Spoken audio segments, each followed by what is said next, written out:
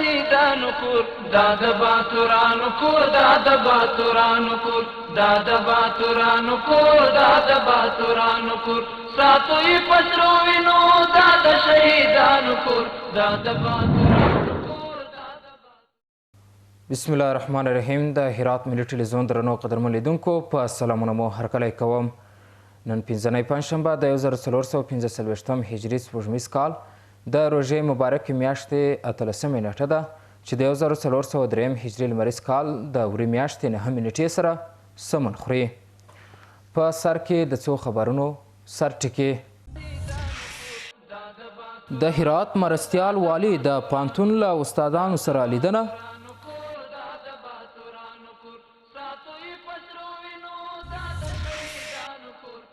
په هرات کې دیني عالمانو د روژې مبارکې میاشت په ورځو کې د اړمنو کسانو پر لاسنیوی ټینګار او وطنه د سلواکیا هیواد ګرځندیان هرات ولایت ته سفر. اوس هم ستاسو پام راوړم بشپړ خبرونو ته. الحاج مهاجر فرعي د هرات پوهنتون له استادانو سره وکتل. مهاجر فرعي له استادانو او کارکوونکو سره د خبرو پلمعار د هرات پوهنتون د ستونزو په اړه وپوښتل. الحاج فرعي د هرات پوهنتون د تخنیکي او علمي وضعیت پر ښه والي ټینګار وکړ او پوهنتون یې په ټولنه کې د فکري مرکز په توګه یاد کړ. د هرات ولایت مقام مرستیال الحاج مهاجر فرعي له امارتي ادارو څخه د لیدلو په دوام کې د صنعت او سوداګرۍ له ریاست څخه لیدنه وکړه. مهاجر فرعي د دغه ریاست له رئیس او کارکوونکو سره د خبرو پر مهال د صنعت او سوداګرۍ په ریاست کې د سته ستونزو او ننګونو په اړه پوښتنې وکړې. د هرات ولایت مقام مرستیال الحاج مهاجر فرعي له امارتي ادارو څخه د لیدلو په دوام کې د صنعت او سوداګرۍ له ریاست څخه لیدنه وکړه. د هرات ولایت د اطلاعات او کلتور ریاست مسؤلان وایي له سلواکیا څخه وطنه ګرځندیانو دغه ولایت ته سفر وکړ.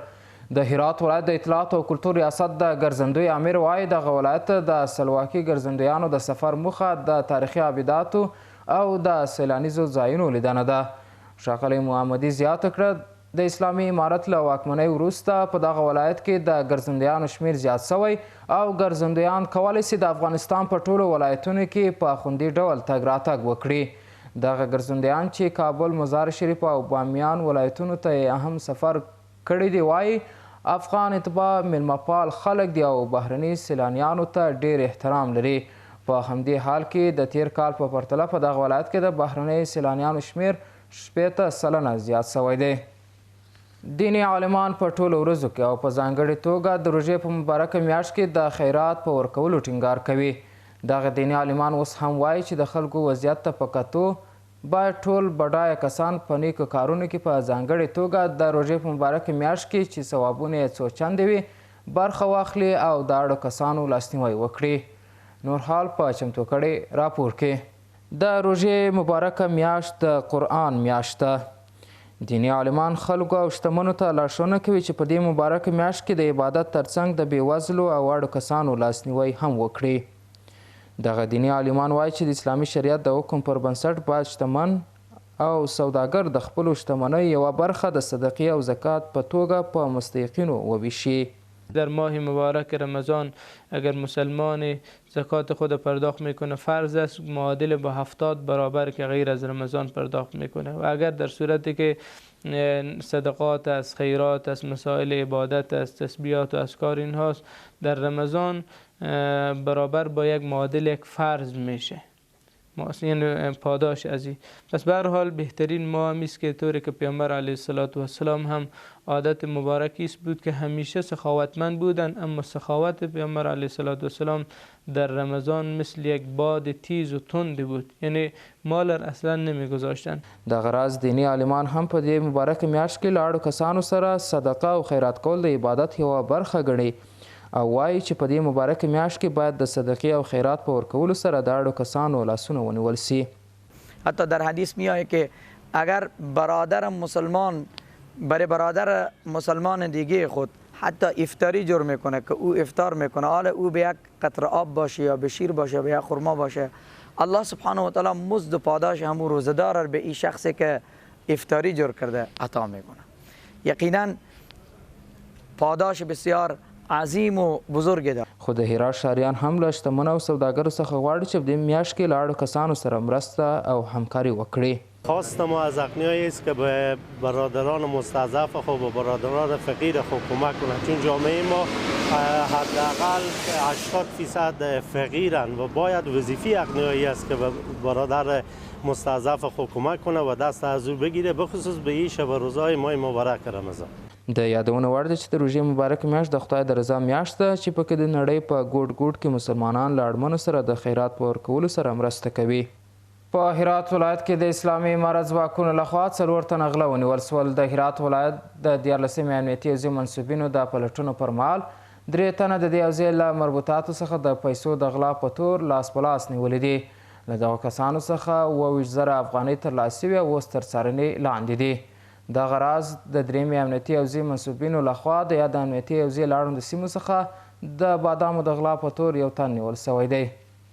هغه 28 تنه ماشومان چې د نیمروز ولایت د کار او ټولنیزو چارو ریاست له لارې د مافیات د حرکت د انسټیټوت په همکارۍ هرات ته لیږدول سوي وو، د دغې ادارې په هلو ځلو له کتنې او بهیر څخه د تېرېدو وروسته له خپلو کورنیو سره یو ځای سول. د هرات ولایت د کار او ټولنیزو چارو رئیس حافظ میرزا محمد ابو منصور د ماشومانو د ناقانونه مهاجرت په اړه اندېښنه وښوده او زیاته یې کړه چې دغه ریاست هڅه کوي د هغو ماشومانو لپاره چې د پولو ساتو ځواکونو لخوا ځورول کیږي د زده کړې او کار زمینه برابره کړي. د کار او ټولنیزو چارو ریاست رئیس زیاتوي له دې امله چې د کار او ټولنیزو چارو رئیس د ماشومانو د ساتنې او پالنې مسؤلیت لري، نو له پولې هاخوا ماشومانو ته د وراوښتو او له خپلو کورنیو سره د هغوی د یوځای کېدو په برخه کې به له هیڅ راز هڅو څخه ډډه ونه کړي.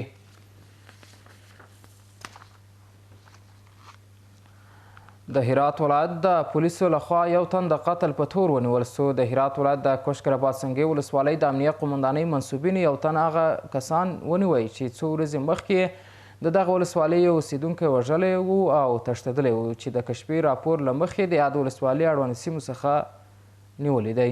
همدارنګه د یاد کس دوسیه به تر بشپړېدو وروسته عدلي او قضایي ارګانونو ته واستول سي. محترم لیدونکو، اوس هم ستاسو پام راړوم د سبا ورځ د هوا اټکل. د لوی سشتن تعالی په نامه ګرانو لیدونکو د ما سلامونه ومنئ، شپه مو په خیر. اوس هم پاملرنه وکړئ د سبا ورځې د هوا اټکل. جمعه هرات ښار د ورښت اټکل الوره درجه 12.9، غوریان د ورښت اټکل الوره درجه 11.8، کروخ د ورښت اټکل الوره درجه 8.4 او پښتون زرغون د ورښت اټکل الوره درجه 11.8. اوس هم یو ځل بیا د څو خبرونو سرټکې. د هرات مرستیال والی د پانتون له استادانو سره لیدنه.